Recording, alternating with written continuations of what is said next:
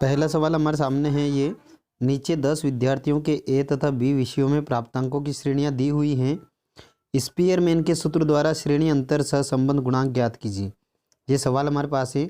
इसमें विषय जो ए है उसके प्राप्तांकों का क्रमांतर दे रखा है 5, 2, 9, 7, 1, 6, 4, 10, 8, 3। ऐसे विषय बी के प्राप्तांकों का क्रमांतर दे रखा है 4, 1, 7, 8, 2, 5, 6, 10, 3, 9।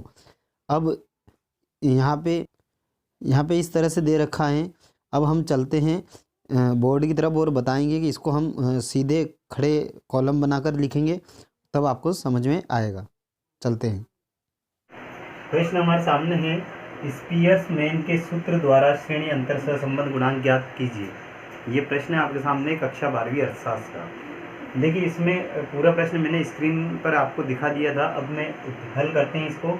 और इसमें जो हमको दिए थे क्रमांतर, वो इस तरह से दिए थे, हमने इस तरह से लिख लिए हैं। हम इनको हल करेंगे।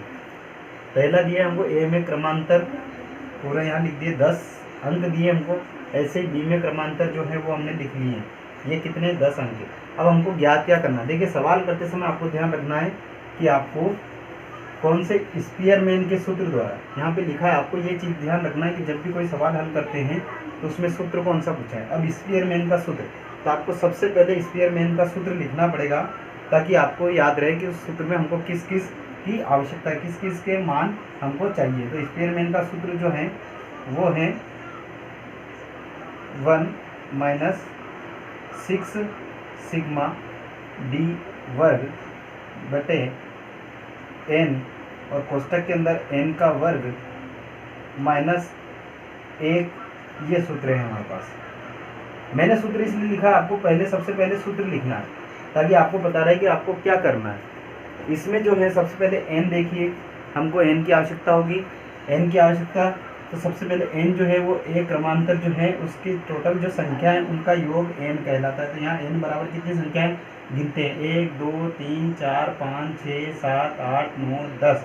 कितनी है, 10। तो यहाँ n का मान कितना होगा, 10। यानी हमने जो फार्मूला है उसमें से n जहाँ भी है वो उसका मान हमने निकाल लिया है। दूसरी चीज़ हमारे पास सिग्मा डी वर्ग। अब हमको डी वर्ग चाहिए। डी का मतलब है श्रेणी अंतर। देखिए, अब मैं यहाँ लिखता हूँ, यानी हमको पता लग गया कि हमको श्रेणी अंतर निकालना है। तो यहाँ पे हम लिखते हैं श्रेणी अंतर। अब श्रेणी अंतर में देखिए, श्रेणी अंतर में हमेशा क्या होता है कि श्रेणी अंतर का सूत्र जो होता है वो डी बराबर, आप स्मॉल कैपिटल कुछ भी लिख सकते हैं, डी बराबर लिख देते हैं। ये ए है, इसको हम x मान लेते हैं, और b क्रमांतर इसको y। तो यहाँ पे आ जाएगा x माइनस वाई। डी बराबर क्या होगा, डी के बराबर क्या होगा, x में से y घटाना पड़ेगा। हम यहाँ पे घटा लेते हैं। 5 में से 4 गए तो ये 5 में से 4 गया तो 1, 2 में से 1 गया तो 1। लेकिन ये कौन से बड़ी संख्या, कौन सी, प्लस की है, तो ये प्लस का आएगा। ये 9 में से 7 गए तो 2, ये प्लस के हैं। 7 में से 8 गए, 7 छोटी हैं 8 बड़ी हैं, तो 7 माइनस 8 लिखते हैं तो माइनस का 1 बचेगा। 1 में से 2 गए तो माइनस का 1। 6 में से 5 गए तो प्लस का 1। 4 में से 6 गए तो माइनस के 2। 10 में से 10 गए तो 0। 8 में से 3 गए तो प्लस के। जो प्लस के उनके सामने आप प्लस लिखिए या ना लिखिए कोई बात नहीं, लेकिन जो माइनस की संख्या है उनके सामने आपको माइनस का चिन्ह लगाना है। 8 में से 5 गए तो प्लस के 5, और यहाँ मैं मिटा देता हूँ थोड़ा। और 3 में से 9 गए तो माइनस के 6। ये हमारे पास आ चुका है। अब देखिए, यहाँ पे हमको क्या चाहिए, सिग्मा डी वर्ग। अभी हमारे पास क्या आया है, डी आया है, और डी वर्ग हमको निकालना है। तो डी वर्ग हम यहाँ पे लिखेंगे, डी वर्ग। और डी वर्ग आप आराम से निकाल सकते हैं। डी वर्ग मतलब इसका वर्ग, 1 का वर्ग करेंगे तो 1, 1 का वर्ग 1, निशान हट जाएंगे, इनमें किसी में भी निशान नहीं आएंगे प्लस माइनस। यहाँ 2 का वर्ग 2 दूनी 4, 1 का वर्ग फिर 1 आ जाएगा, इस 1 का वर्ग फिर 1 आ जाएगा, इस 1 का वर्ग फिर 1 है, और 2 का वर्ग माइनस का है तो माइनस का फिर वापस प्लस में आ जाएगा, 2 दूनी 4, 0 का 0, 5 का वर्ग आएगा 5 बजे 25, और 6 का वर्ग 6 से 36, और यहाँ माइनस से माइनस कट जाएंगे तो प्लस का आएगा। सभी प्लस के आएंगे। ये हमने यहाँ पे लिख दिया, ये वर्ग निकाल दिया है वर्ग। अब मैं सूत्र यहाँ पे लिख देता हूँ वापस से, r बराबर, हमको जो सूत्र लिखना है उसका अभी मैंने लिखा था वही सूत्र यहाँ पे रिपीट कर रहा हूँ। 1 माइनस 6 सिग्मा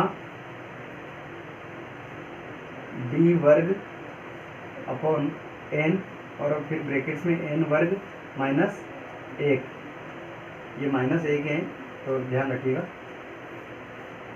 ये सूत्र है। अब हमने डी वर्ग तो निकाल लिया, लेकिन हमको क्या चाहिए, सिग्मा डी वर्ग। सिग्मा मतलब उसका जोड़, तो डी वर्ग का जोड़ क्या आएगा, हम यहाँ पे इसको जोड़ देते हैं, पूरा जोड़ लीजिए इसको, 74 हो रहे। तो यहाँ कितने हो गए, सिग्मा, यहाँ लिखना है सिग्मा डी वर्ग, क्योंकि हमने डी वर्ग का सिग्मा मतलब जोड़ किया है, सिग्मा का मतलब जोड़, कितना आया 74, तो हमने यहाँ लिख दिया, हमारे पास आ गया। अब सूत्र में देखेंगे हम वापस से, एक यहाँ पे है सी माइनस 6 है सी, सिग्मा डी वर्ग का मान हमारे पास आ चुका है, मतलब ऊपर का मान। एन हमको चाहिए था, एन हमने यहाँ पहले निकाल लिया, क्योंकि जो एक्स वाला होता है उसके जितनी संख्या है वह संख्या ही यहाँ पे एन होती है। तो हमारे पास चूँकि इसमें जो भी है उन सबके मान हमारे पास आ चुके हैं। अब हम इसमें सीधे मान रखते हैं, हम यहाँ से मान रखेंगे तो r बराबर 1 माइनस 6 गुणित, अब सिग्मा डी वर्ग का हमारे पास मान है 74 यहाँ पे लिख दिया, बटे एन का मान कितना है आप यहाँ देख सकते हैं 10, तो यहाँ पे लिखेंगे 10 और फिर कोष्टक के अंदर एन वर्ग मतलब 10 का वर्ग माइनस 1। अब हमको स्टेप बाय स्टेप इसको हल करेंगे, ये सब आर के बराबर चल रहा है, हम आगे लिखते हैं इसको 1 माइनस, अब आप चाहे तो ऊपर का गुणा कर सकते हैं, आप चाहे तो एक एक स्टेप भी खोल सकते हैं। तो हम ये काम करते हैं कि हम एक एक स्टेप खोलेंगे ताकि आपको जो है 12वीं के जो छात्र हैं, कमजोर छात्र हैं, उनको समझ में आ जाए। हम ऊपर वैसे ही रखते हैं, क्योंकि सबसे पहले क्या किया जाता है, हमेशा ब्रैकेट्स खोला जाता है। तो कोष्टक के अंदर क्या है 10 का वर्ग तो यहाँ पे हम लिख देते हैं 100 माइनस 1, ठीक है।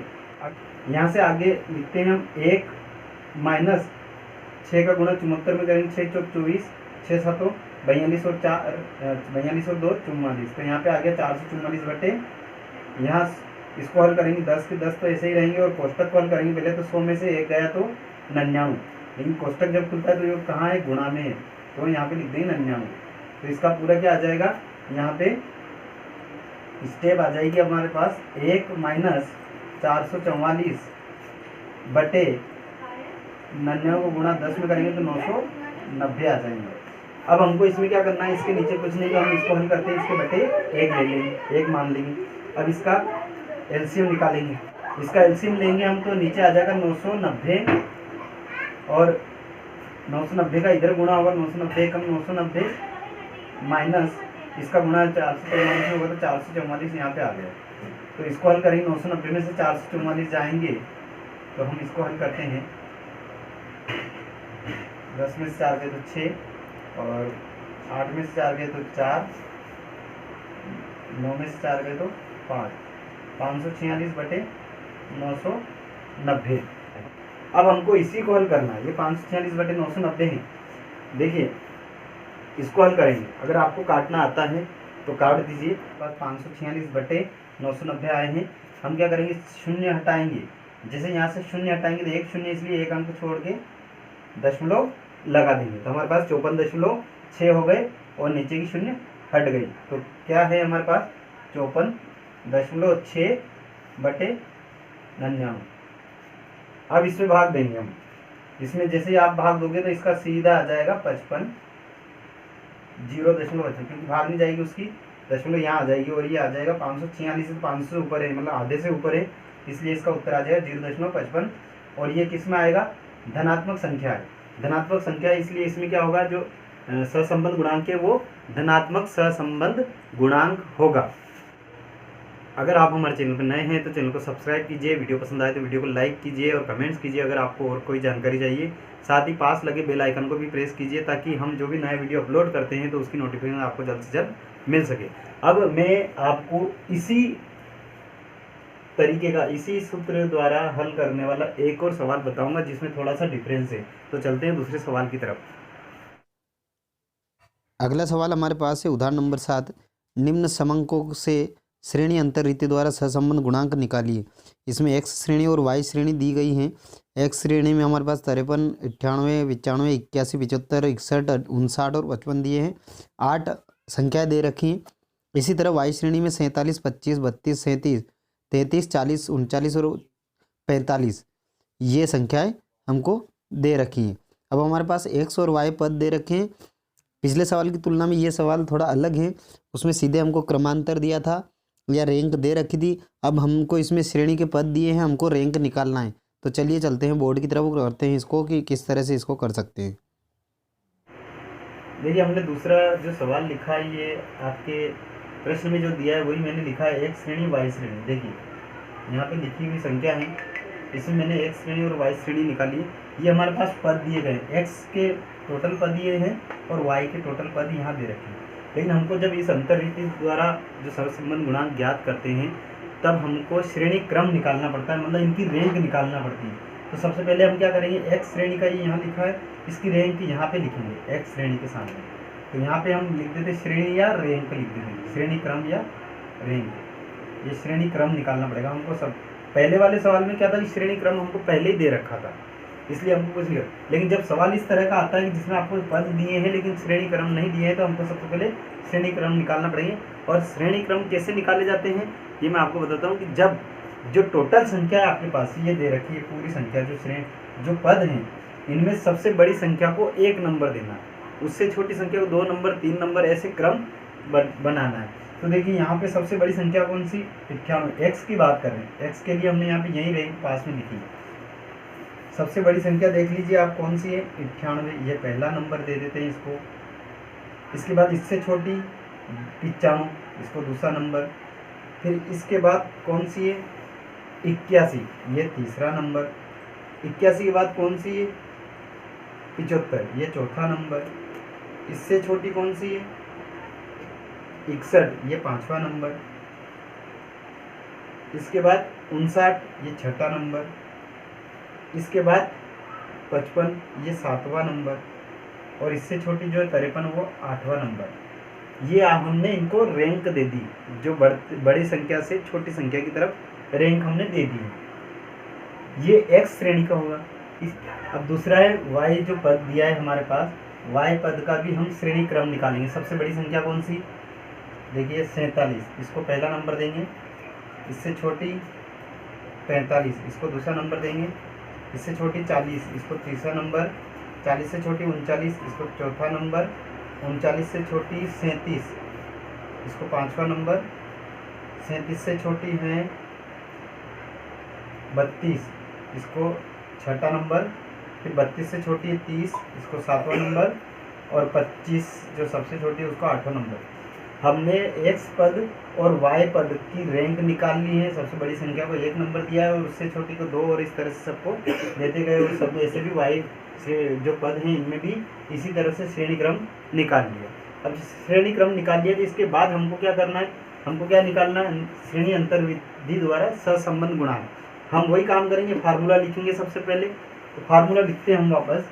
तो फार्मूला R बराबर 1 माइनस 6 सिग्मा d वर्ग बटे n, और कोष्टक के अंदर n वर्ग माइनस 1। ये फार्मूला हमारे पास है। अब इस फार्मूले में वही बात है कि जब फार्मूला हमने लिख दिया है तो फार्मूला हमें किस किस की आवश्यकता होगी, n की आवश्यकता होगी पहली चीज़। तो n में आपको ध्यान रखना x का जो है, x की जो संख्या है, x पद का है ये रहा। इसमें कितने पद संख्या कितनी है, 8। तो हम यहाँ हमारे पास n बराबर क्या हो जाएगा। अब हमको क्या करना है, n हमारे पास आ चुका है, n यहाँ दोनों बार का मान आ गया। अब हमको देखना है सिग्मा d वर्ग लाना है। तो पहले d लाना पड़ेगा। तो हम उसको पहले जो सवाल में किया था वैसे ही श्रेणी अंतर निकालेंगे। श्रेणी अंतर, वही श्रेणी क्रम का अंतर। अब अंतर निकालेंगे। हमने श्रेणी क्रम का निकाला, रैंक ये रही। x की रैंक यहाँ थी 8, यहाँ y की रैंक 1। अब यहाँ से हमको इसको हल करना है। रैंक में से रैंक को, पहली रैंक से x की रैंक से y की रैंक को घटाएंगे। 8 में से 1 गया तो यहाँ पे मैं सूत्र लिख देता हूँ, d बराबर x माइनस y, वही सूत्र है। तो d निकालना है हमको। तो d कैसे निकालेंगे, x में से y घटाएंगे। तो x का जो रैंक है वो ये रही। पिछले सवाल में क्या हुआ था, हमको रैंक सीधे दे रखी थी, इसलिए हमको ये कोई निकालना नहीं पड़ा, रैंक जो निकालना अलग से नहीं पड़ी। हम यहाँ रैंक में से रैंक घटाएंगे। 8 में से 1 गए तो 7 प्लस के, ध्यान में 1 में से 8 गए तो 1 छोटी संख्या है, 8 बड़ी संख्या है तो माइनस के 7। 2 में से 6 गए तो माइनस के 4। 3 में से 5 गए तो माइनस के 2, 4 में से 7 गए तो, अब 4 में से 7 गए तो माइनस के 3, 5 में से 3 गए तो प्लस के 2। प्लस लिखते नहीं है लेकिन लिख भी दो तो कोई दिक्कत नहीं, आपको निशान का कोई समस्या नहीं आई इसलिए लिख देना। 6 में से 4 गए तो प्लस के फिर 2, 7 में से 2 गए तो प्लस के 5। ये हमने क्या किया, श्रेणी अंतर निकाल लिया, डी निकाल लिया। अभी भी हमको यहाँ जरूरत है क्योंकि डी नहीं चाहिए, हमको क्या चाहिए, डी वर्ग। डी वर्ग चाहिए तो डी वर्ग निकालेंगे, मतलब डी जो हमारे पास है उसी का वर्ग निकालना है, और उसी का जब श्रेणी अंतर का वर्ग निकालना तो श्रेणी अंतर डी थी तो इसका वर्ग निकालेंगे हम। तो वर्ग क्या होगा, 7 का वर्ग 7 7 49, फिर इधर 7 का माइनस वाले का भी प्लस हो जाएगा, 7 7 49, 4 का 4 चौक 16, 2 का 2 दूनी 4, 3 का 3 तिया 9, 2 का 2 दूनी 4, 2 का 2 दूनी 4 और 5 का 5 बजे 25। अब हमारे सामने पूरा आ चुका है। उसके बाद हमको क्या करना है, सूत्र में हमको क्या चाहिए, सिर्फ डी वर्ग से काम नहीं चलेगा, सिग्मा डी वर्ग। और सिग्मा डी वर्ग लिखा है यानी सिग्मा का मतलब होता है जोड़, और डी वर्ग लिखा है मतलब डी वर्ग का जोड़। अब डी वर्ग को जब हम जोड़ेंगे इसका पूरे का योग आएगा 160। इसका पूरे वर्ग जो है सिग्मा डी वर्ग आएगा 160। अब हमारे पास चूंकि अब सूत्र में देखिए n है, सिग्मा डी वर्ग है, सब कुछ है हमारे पास, हम सीधे मान रखेंगे। तो r बराबर 1 माइनस 6 गुणित, अब हमारे पास सिग्मा डी वर्ग कितना है 160, हमने 160 लिख दिया। इसके बाद n का मान कितना है 8, फिर कोष्टक में 8 का वर्ग, क्योंकि n का वर्ग लिखना माइनस 1 लिख दिया हमने। अब इसको हल करेंगे, इसको आगे हल करते हैं। r बराबर 1 माइनस 6 गुणित 160, तो ऐसा कैसे ही रहने देते हैं और नीचे हल करते हैं। 8 गुणित 8 64 में से 1 जाएगा, 64 में से 1 जाएगा तो 63। आपको करना इतना तो कर सकते हैं, 8 का वर्ग मतलब 8 64, 64 में से 1 गया तो 63, तो मैंने यहाँ हल करके लिख दिया। अब हमारे पास ये स्टेप आ गई, आपको ध्यान रखना एक तरीका हमने पिछले सवाल में बताया, दूसरा तरीका ये है। उस सवाल में इनको हल करके नीचे तक जाते बड़ी संख्या आती है, इसमें थोड़ी छोटी संख्या आ जाएगी आपके, तो इजी हो जाएगा। तो ये विधि भी आप कर सकते हैं। अब हम इसको बड़ी विधि से भी कर सकते हैं, छोटी से भी कर सकते हैं। हम सीधे यहाँ पे काट लेते हैं क्योंकि ये कटने की संख्या है। यहाँ मैं काटता हूँ, आप ध्यान रखिए, गौर से देखिएगा, क्योंकि एक बार कटने के बाद फिर बार बार देखेंगे तो आपको समझ में नहीं आएगा। एक बार समझ लीजिए कि 8 एकम 8, 8 दूनी 16, ये 0 भी काट दी तो 0 यहाँ लगा दी, 20 हो गए। पहली संख्या हमने काटी। अब 6 और 63 को काटेंगे, किससे कट रहा है, 3 से कटेगा। 3 दूनी 6, यहाँ 2 लिख रहा हूँ, 3 दूनी 6, उसी 3 से यहाँ काटेंगे, 3 दूनी 6 और 3 एक बार बचा तो 3 का एक बार बोलेंगे, 3 एकम 3। अब हमारे पास शुद्ध जब 21 का एक गुणा, अब हमारे पास क्या बचा, सीधा यहाँ लिख देता हूँ कि 1 माइनस 2 का गुणा 20 में करना, 20 दूनी 40, यहाँ लिख दिया 40 बटे 21 का गुणा 1 में 21 एकम 21। ये हमारे पास संख्या आ गई। अब ये संख्या आने के बाद अब हमको क्या करना है, अब हम एलसीएम लेंगे इसको आने, तो इस 1 के बटे कुछ नहीं मतलब 1 ही। अब हम इसको आगे हल करते हैं तो 21 नीचे रह जाएंगे 21 और ऊपर आएंगे 21 एकम 21, माइनस का चिन्ह लगेगा और 40 एकम 40। अब 21 में से 40 जाएंगे तो देखिए 21 में से 40 जाएंगे तो आपके पास माइनस की संख्या बचेगी। किसकी बचेगी, माइनस की। और कितनी बचेगी, 19। 19 बच गई आपके पास माइनस की संख्या बटे 21 तो रहेगा सही। अब हमको क्या करना है, 21 का भाग देना है 19 में। अब देखिए 21 का भाग 19 में नहीं जाता है तो सबसे पहले क्या है, दशमलव लगाएंगे। दशमलव लग गई तो यहाँ पे क्या हो जाएगा, जहाँ 0 बढ़ जाता है, आपको याद है, मैं यहाँ मिटा देता हूँ वापस, लेकिन यहाँ 0 बढ़ जाएगा तो ये 19 की जगह क्या हो जाएंगे 190। अब 21 का पहाड़ा बोलते हैं तो 190 कब आते हैं या उससे कम आते हैं, तो 21 का पहाड़ा 9 बार बोलेंगे तो 21 नम 189। अब 1 बज गया, 1 का कोई है नहीं, यहाँ पे क्या आ जाएगा आपका 9 लिख दो या 9.0 भी लिख सकते हैं। तो 0.90 आ गया आपके पास उत्तर, 0.90 आ गया है आपके पास उत्तर। और ये किसका है, ये माइनस का। आपको ध्यान रखना आपका उत्तर कितना आया, मैं यहाँ लिख देता हूँ, आंसर है -0.90। 90, ये आपका उत्तर है। अब माइनस में इसलिए यहाँ पे क्या कहेंगे, ये ऋणात्मक सहसंबंध गुणांक हैं। अगर ये प्लस का होता, जैसे कि पहले वाले सवाल में था प्लस का होगा तो वो धनात्मक सहसंबंध गुणांक है, और अगर उत्तर आपका माइनस में आता है तो वो ऋणात्मक सहसंबंध गुणांक होगा। पिछले जो सवाल था उसमें हमने अलग विधि का प्रयोग किया है यहाँ काटने में, और इसको लंबी तरीके से किया है, और इसमें शार्ट तरीके से काट के हमने किया है। तो आप जो भी उचित लगे आप दोनों जो हैं वो कर सकते हैं, दोनों तरीके से कर सकते हैं, आप जो भी आपको उचित लगे। अगर पसंद आए, दोनों सवाल पसंद आए तो आपसे लाइक ज़रूर चाहेंगे हम। अगर आपको कंपटीशन और रीजनिंग की पढ़ाई करना है तो आप DM स्टडी पॉइंट पर जाकर सब्सक्राइब कर सकते हैं, और उस पर भी आप वीडियो देख सकते हैं। उस पर रीजनिंग और मैथ्स के बहुत अच्छे वीडियो आपको उपलब्ध करवाए गए। धन्यवाद।